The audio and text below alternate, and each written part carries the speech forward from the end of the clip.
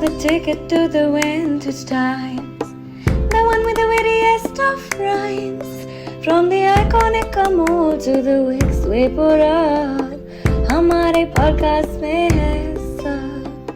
Hello everyone and welcome to our Vodcast. I am Vishakha Rai and this is Harneet Kaur Bhatia. Today we will be discussing controversial ad campaigns through the years 1900s till 2020. This particular topic interests us because advertising is a very strong medium of communication, and through the years we have still seen a lot of outrageous, offensive and to an extent harmful advertisements coming up, which stirred up a lot of controversy and public debate. So further in this podcast we would like to delve into the history of it and look at the rationale of certain advertisements. Now, there have been a lot of campaigns that have been under the public eye, but we chose 7 of the most interesting ones that we could find. So, from tobacco ads that glamorized smoking to racist and sexist ads that raised harmful stereotypes, these campaigns have been criticized for their insensitivity and lack of social responsibility. However, they have also played a significant role in shaping our cultural landscape, influencing public opinion, and shaping consumer behavior. Throughout this podcast, we'll be diving deep into the history and evolution of advertising. So sit back and relax and join us as we explore the fascinating world of controversial advertising. So before we discuss the ads that were controversial, let's first discuss the several factors that make these ads controversial. One of the major factors that adds to the controversy of an ad campaign has to be offensiveness. Ads that contain offensive content such as racial or ethnic stereotypes, sexist or derogatory language, or explicit sexual content can be highly controversial and cause public outrage. Another factor that makes an ad controversial is the use of misleading claims. Ads that make false or exaggerated claims about a product or a service can be perceived as deceptive or manipulative, leading to negative reactions from the public. Cultural sensitivity is an important consideration when creating ads. Ads that violate cultural norms or taboos can be controversial, particularly in countries like India with diverse populations and strong religious and cultural beliefs. Ads that express political views or even support some specific political parties can also lead to controversies. Timing also plays an important factor.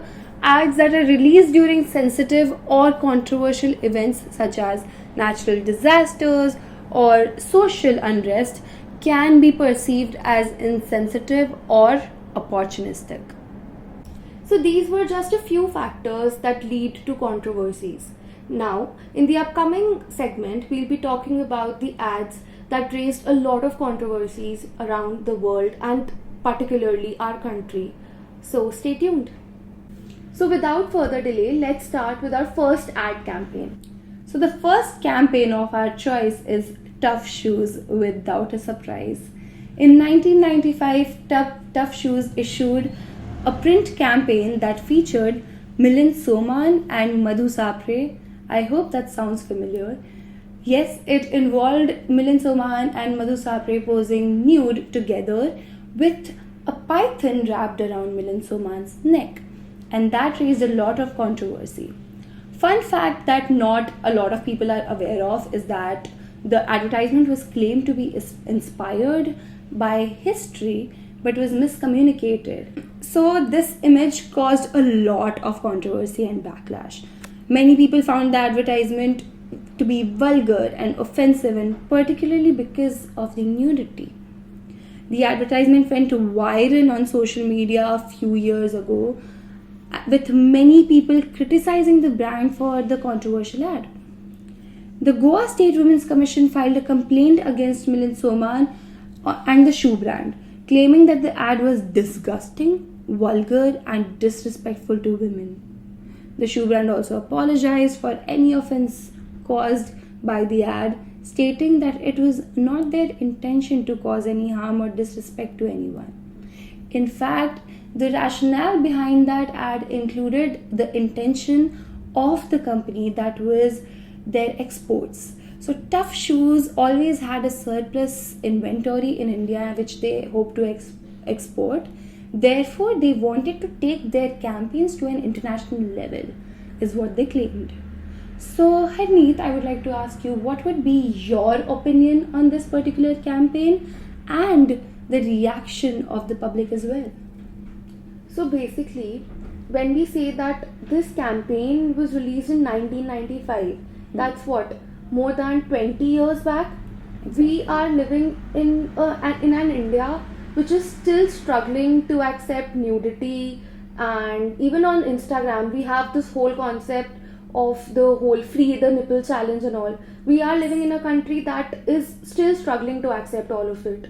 1995 में something like this they released. It is a bold move, but obviously ऐसा reaction, it is something that is very common because उस time पे तो nothing of this sort was actually happening. What do you think?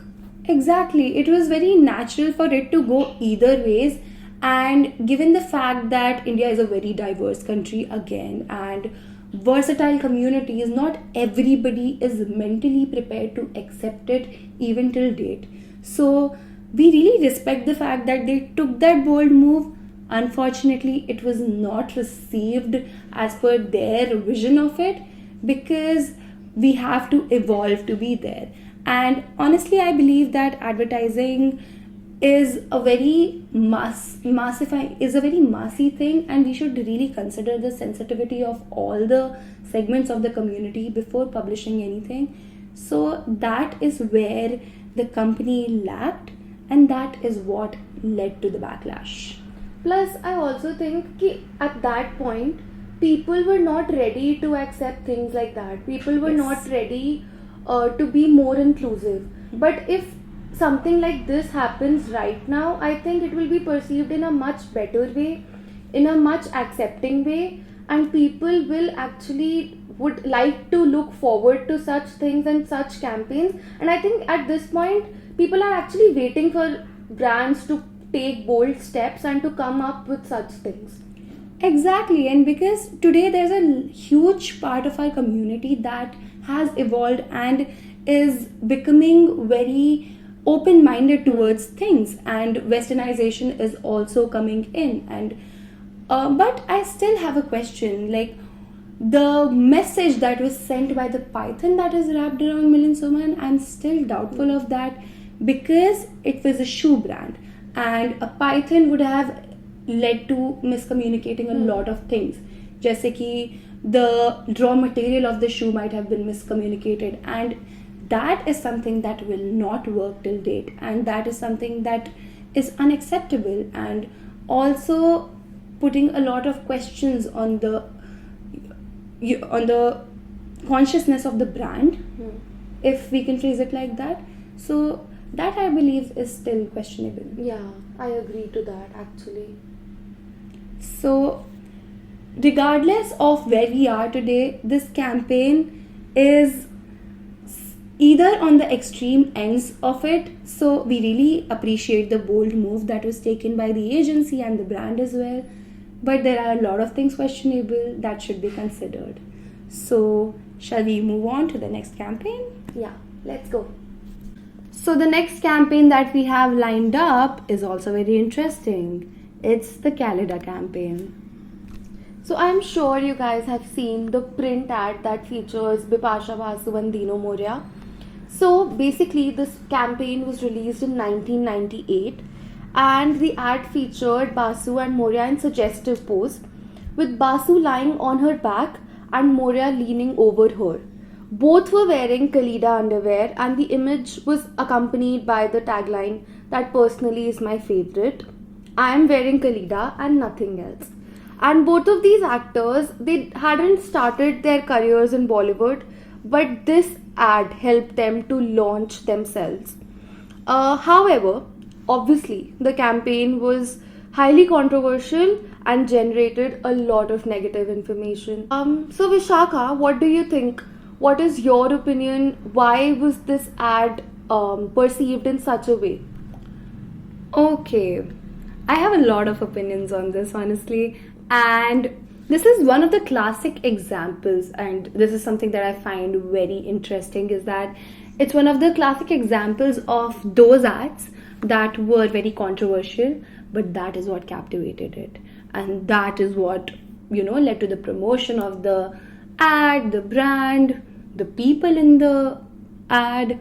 So yes, it is one of the agendas that we also wanted to discuss further, right? Where controversial ads are sometimes deliberately created to gain traction, and this is a perfect example of that, because as you said, it was a launching pad for Dino Morea and Bipasha Basu, both of them.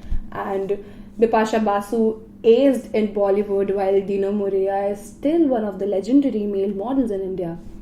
So that is interesting, but at the same time, I do not like the fact how a woman's body was objectified in it, and it was not acceptable then, it will not be acceptable today if we look at it that way.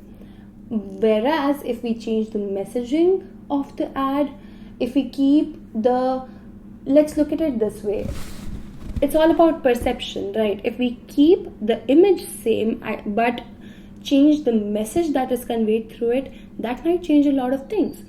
But the association of the image and the message together was not put together in the right way, and that was absolutely objectifying. So I particularly am against it. In my opinion, so like I said, that the tagline was my favorite because it is a very bold statement to put out in 1998, obviously, that That's I'm true. just wearing Calida and nothing else.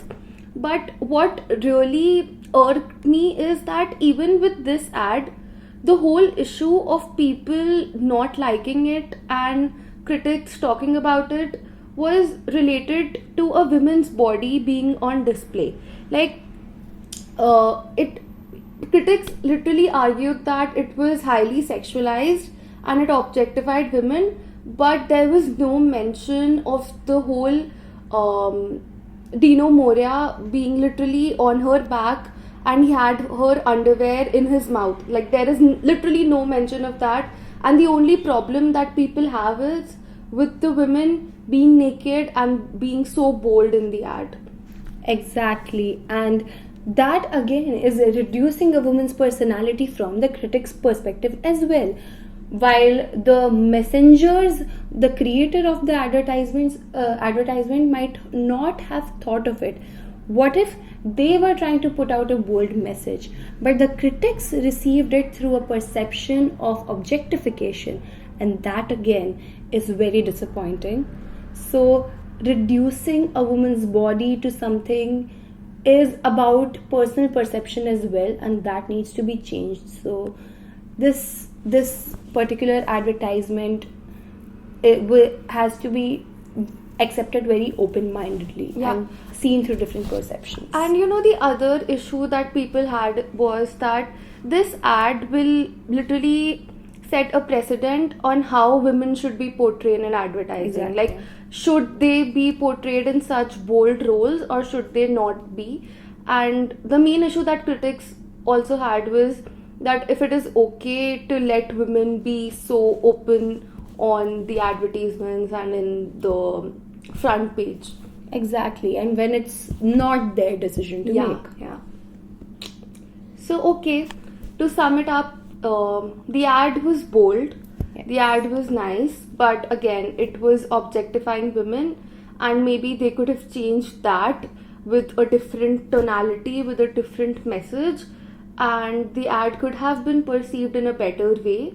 And to sum it up again, the problem that people had with the ad could have been a lot more than just restricting themselves to a woman being there in the forefront with their body on the display. Moving on, let's talk about the third ad that we have. Of course, it is the Kama Sutra condom ad. So the campaign that we will be focusing on was the Kama Sutra Condoms 1991 campaign, which raised a lot of controversy because it was claimed to be very explicit and too sultry. So it involved a lot of Kama Sutra positions being displayed clearly in the advertisement, which the public took as being very indecent. The campaign was designed to be provocative and attention grabbing, but it quickly drew criticism from conservative groups and individuals who felt that the ads were indecent and offensive. The ads were banned in some countries, including India and the US as well, where they were deemed to be too explicit for the television. So the critics argue that the ads were promoting promiscuity and casual sex rather than safe sex practices, and that they were inappropriate for public consumption. So some groups also objected that this is promoting wrong sexual practices and is unhealthy and people should boycott it. So that is what happened in 1991, and during the 1990s there was another controversy raised by Kama Sutra as well, which involved actress Pooja Bedi. But in today's time, actress Pooja Bedi claims that it was again the rise, the breakthrough of her career when she was displayed showering in an ad that was for the Kama Sutra condoms brand. So that again was not received very well, was considered too sultry for the television and indecent. Speaking of which, that takes me to the somewhat surrogate style of advertising sexual hygiene products like condoms. So these days, for decency purposes, the narratives have changed. So I would like to hear your opinion on that, Harneet. What would you like to add on to it? So first, talking about the first ad that had various sexual positions. Basically, in today's ads, we do not see something of that sort. Even today's ads, they are very subtle about the whole sex thing, and they try not to display sex in the rawest of the forms, or even like they don't basically depict that in this ad people are using condom for sex, or basically you get the point. Yeah. Even today's ads do not feature something of that sort. Exactly. It's not very explicit and out there. Yeah. So in 1991 wala ad, where they were showing sex, and not just sex, the different positions in which sex was happening, obviously people would have had a lot of issues with it, because even right now they don't use the word sex. Us time pe to seeing it happening on their television screens was something that was basically not acceptable to people. Plus again, the ad was about condoms. Even today, people are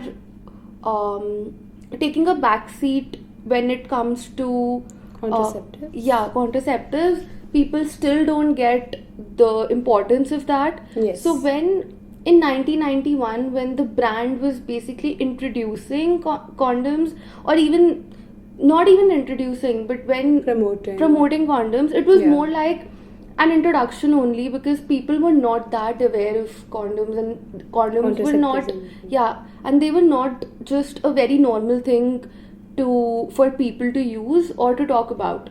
So I think they could have been a more subtle with their graphics, because what is more important is that people realize the importance of contraceptives, and not the I think the visual could have been a more subtle one, A little less descriptive. Yeah, so graphic. that people first they need to understand कि इसकी importance क्या है. Then people would like to like not have an issue with the whole ad thing. Understandable. Yeah, because जब उनको उस चीज़ से ही problem है, तो अगर आप और उसके ऊपर कुछ कंट्रोवर्शियल एड निकाल दोगे, तो ना लोग समझेंगे कि उसकी इम्पोर्टेंस क्या है, ना लोगों को इफ एनीथिंग और ज़्यादा इशू ही होगा इस चीज़ से. Exactly. And about what is your take first? Let's discuss that. Then we'll get on to the puja thing. Actually, I would like to add to this. So, Kama Sutra is also a spiritual script in our culture. So, a lot of people were also offended because of that. Ki you are misutilizing a spiritual script, you are miscommunicating a spiritual script, jo ki is unacceptable and is demeaning for the culture, demeaning for the religious practices and religious scripts in general. So that was again an issue raised, but like you said, people were not ready to accept it. Now condoms and contraceptives have always been there, but a lot of sections of the society again were not aware of it. So for introduction purposes, we should go a little subtle, start with a PSA or make people understand why we need it instead of outright going there and showing where it is used instead of what it is used for. Because of course the purpose of an advertisement is to gain traction. Now you would like to use different appeals to do that. They condoms brand find sexual appeal the most ideal way to do it, but at the same time the application and implication of that sexual appeal can be done in various different ways without demeaning any individual or a group of individuals.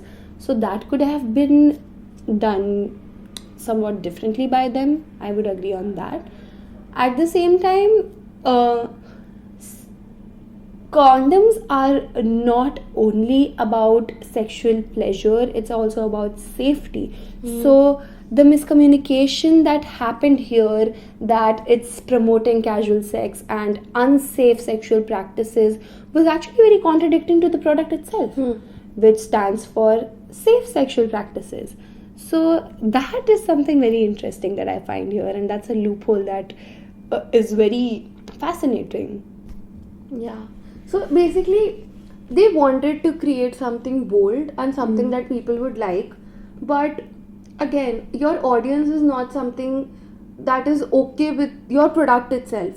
So if you give them in a very in your face advertising about an issue that they are so skeptical about to see on televisions, because उस time पे तो movies में भी अगर कुछ kissing and sex का scene दिखाना होता था वो flowers दिखाते थे, roses. हाँ तो अगर तुम ads में ये दिखा दोगे तो वो तो नहीं समझेंगे ना. Exactly. So yeah, and plus it is एक ऐसा product जिसमें like normal cases में तो controversies, they have helped people get traction and they've get that Yes. controversies की वजह से people talk more about the brand, people talk more about the product, which we will be discussing it आगे.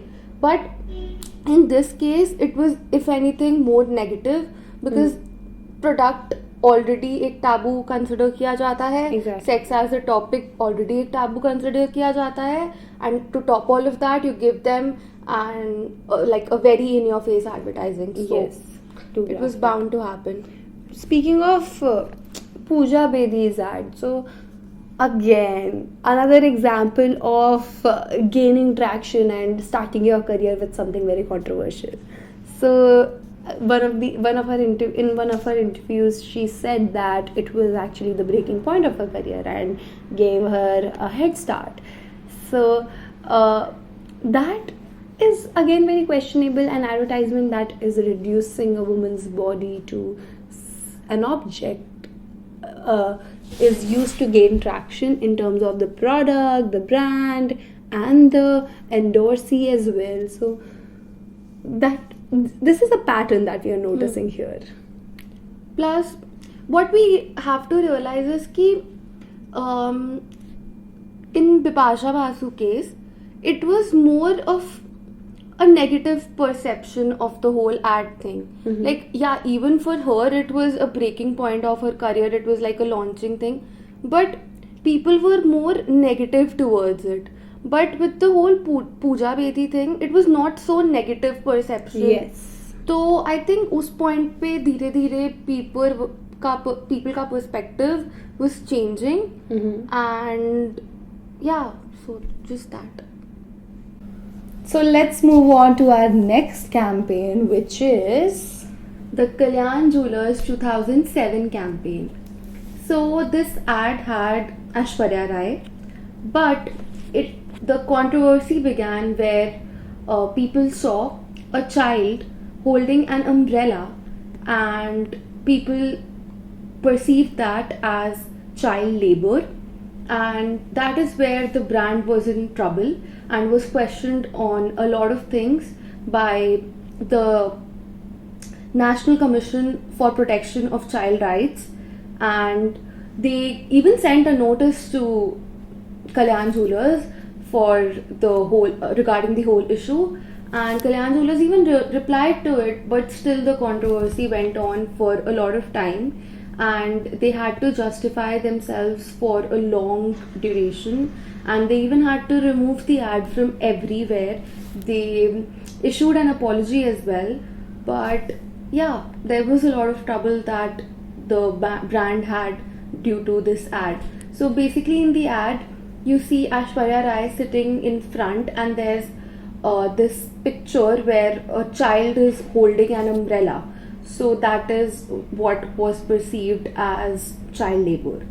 Vishaka, what are your views on this? So, as we've all seen the ad that we're talking about, it seemed something that was not from this era. So, there are a lot of questions that can be raised on the relevance of it. But at the same time, is it promoting child labor or not? It depends on whether or not the creation was thought of it from that perspective. Like, if the person that is holding the umbrella, it may or may not be a child. Yeah. Only that was not communicated well.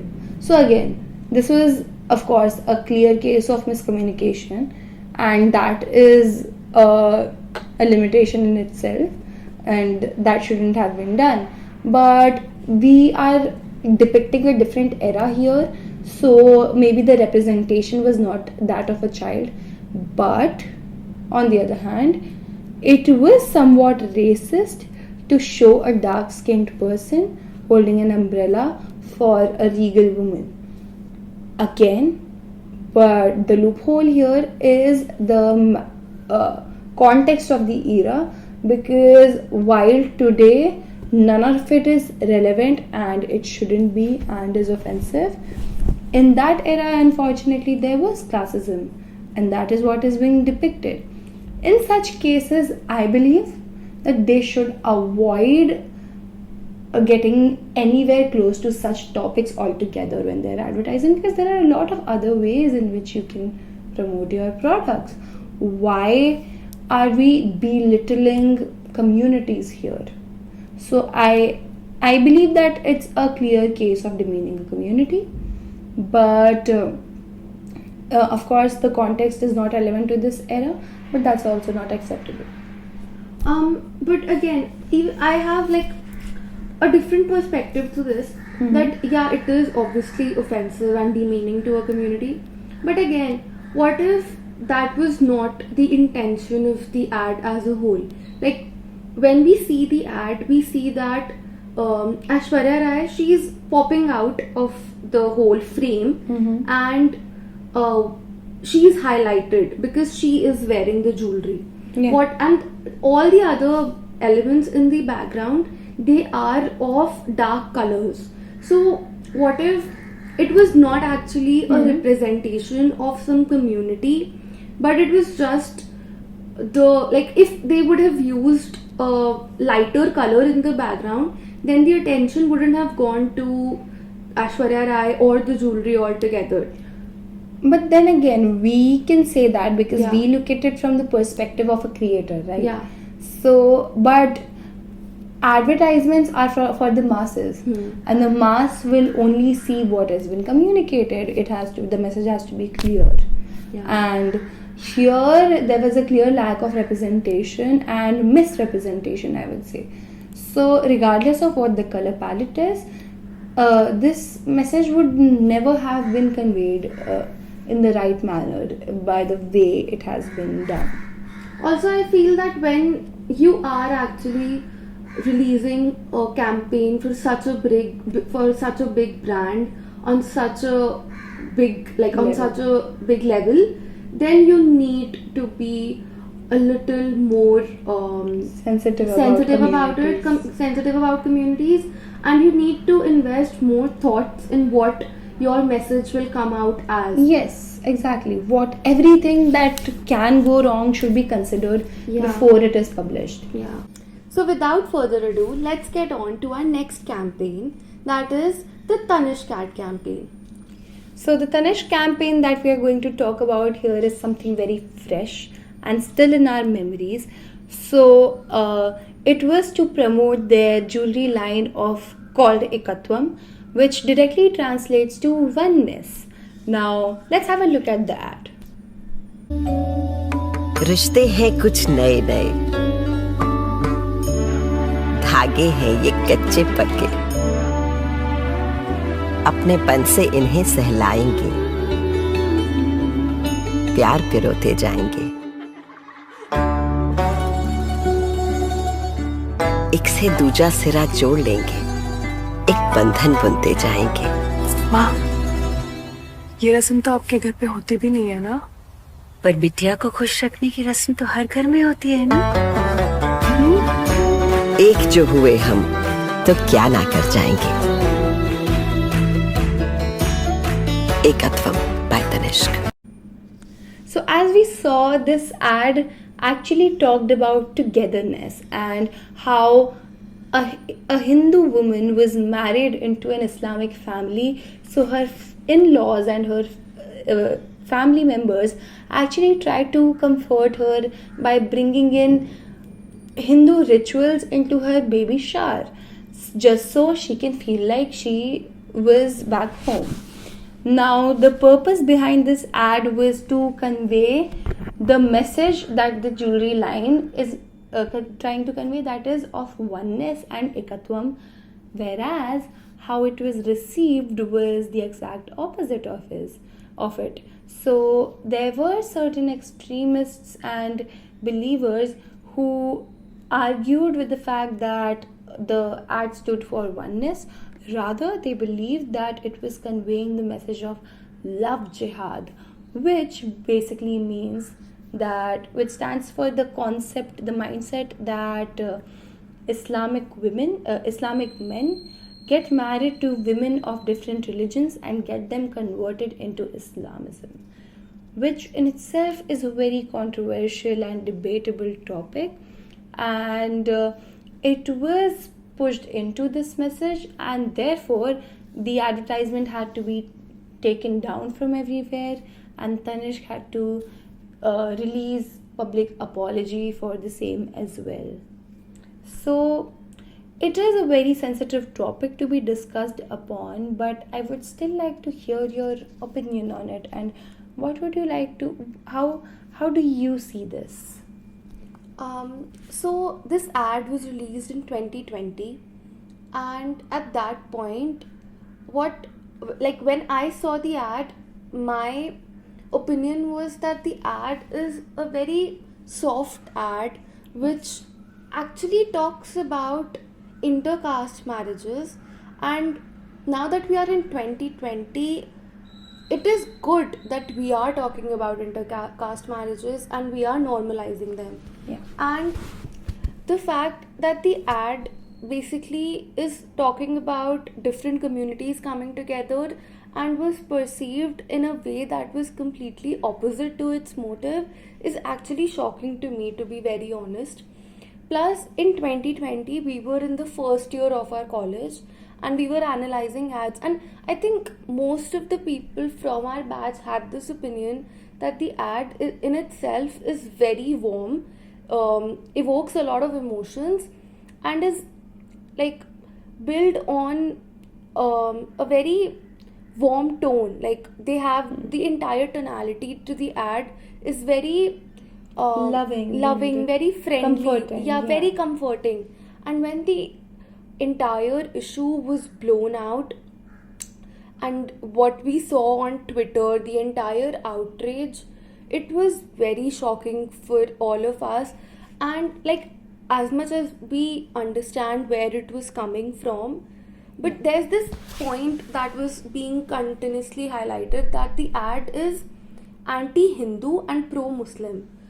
Whereas I don't see that message coming out from the ad at any point. Exactly. If anything, the ad shows a very warm relationship between a mother-in-law and a daughter-in-law, and a very welcoming relationship between both of them. But the whole anti-Hindu, pro-Muslim thing, I did not personally get. I agree. Plus, we have seen in the past that there have been a lot of other campaigns that conveyed similar narratives. Let's take, for example, the Red Label ad of an Islamic woman welcoming her Hindu neighbor for a tea when they were standing outside their house and they were locked out of it. Yeah. And that was received. That ad had a great reception and people really liked it. And it was taken for being a very warm and welcoming and comforting ad. So I particularly... I'm sorry to cut you, but wasn't that ad released a long time before? Exactly. So therefore, I particularly fail to understand, like, what is it that made that ad acceptable and not this one? Okay, let's add to... maybe it's the add-on marriage factor that is triggering a lot of people's opinions here. But at the same time, this was not the message that was to be conveyed. So I believe that Tanishq, people should have cut some slack on the advertisers and Tanishq itself, because that is not what they were trying to convey. It was a clear case of miscommunication, and of course, warmth is what they were trying to deliver. And speaking of publicity, like you said, of course, it looks like it was a publicity stunt because, like we discussed, that similar narratives have been discussed previously as well, but they were not received like that. So that is very suspicious, right? Yeah. And like in the past, there have been different ads which talk about two different communities coming together. There was an Everest ad or a MDH Masale ad where a kid literally goes to the other house, like to the neighbor's house, to have non-veg, and in his house the people do not consume non-veg. So he goes to a Sikh family to have non-veg, and his family is a Hindu family, and that ad was perceived in a very healthy Positive way, light. in a very positive light, unlike this one. So this ad was blown way out of proportion. So that is where the whole negative publicity thing comes in for me personally. It is questionable, but at the same time, I believe that we should be open to perceptions and look at it through different angles. And since a large community of people are saying this, it cannot be avoided, unfortunately. So yes, Tanishq took the right step to take it down, to respect the sensitivity, but there are a lot of loopholes in this. Shall we move on to our last ad with this? Yeah, that's my favorite one. Let's talk about it. Change the pattern a bit and not talk about just one particular ad campaign, but a brand altogether. So here we are going to discuss the brand Glow and Lovely. So as we know that Glow and Lovely was known as Fair and Lovely up until 2020, when it changed its name and rebranded itself. And throughout our childhood, we have seen the ads that have been put up by Fair and Lovely, which have false messaging, which have falseness in their name of the brand itself. They claimed that through the use of their face wash and their creams, a person will get a light colored skin, which is false, which does not happen. And the ads have been racist, they have been controversial, and people took a little time to realize that, but it was brought to the eyes and people realized it, and the brand even realized what people wanted to say and eventually changed the name. What is your take on this? Honestly, I can go on about this topic, and Of course, the name of the brand itself insinuated the fair skin obsession in India. So that is absolutely flawed. And of course, false marketing and everything was a byproduct. But even after changing its name to Glow and Lovely, I do not see much progress in their ad campaigns. In the sense, there's still lack of representation. They are still promoting the wrong messages, and it is still offensive. We are all Indians, we are brown skinned people, and regardless, it is very important to have representation on mass content for people to relate to it, for people to accept and normalize things, and not insinuate what is already there and is absolutely flawed. As communicators, as advertisers, we have this weapon that with which we can change the narrative and bring in a positive change. So we should use it for that instead of just to sell the product. We will keep encouraging what's already there and is wrong. And so I honestly do not get the point where a girl is sad when she's dark skinned and she suddenly becomes happy when she's fair skinned. How were they so confident in the message that they were trying to put out? And those ads that included a woman getting a job, just because she got fairer. I fail to understand how that makes sense, honestly. Yeah, like were they? I don't get the whole point of it. Exactly. But it's great that they made the effort of changing the name of the brand after people raised objections and turned it into Glow and Lovely. But I also believe that it's high time that they change their narrative altogether and become more inclusive, since the brand is also endorsed by a huge celebrity, that is Yami Gautam. It is also crucial for them to take care of that, otherwise that will ruin their rapport with a lot of people and advertising will become more difficult for them if they continue. Sustainability is also important, and for that they have to be very considerate.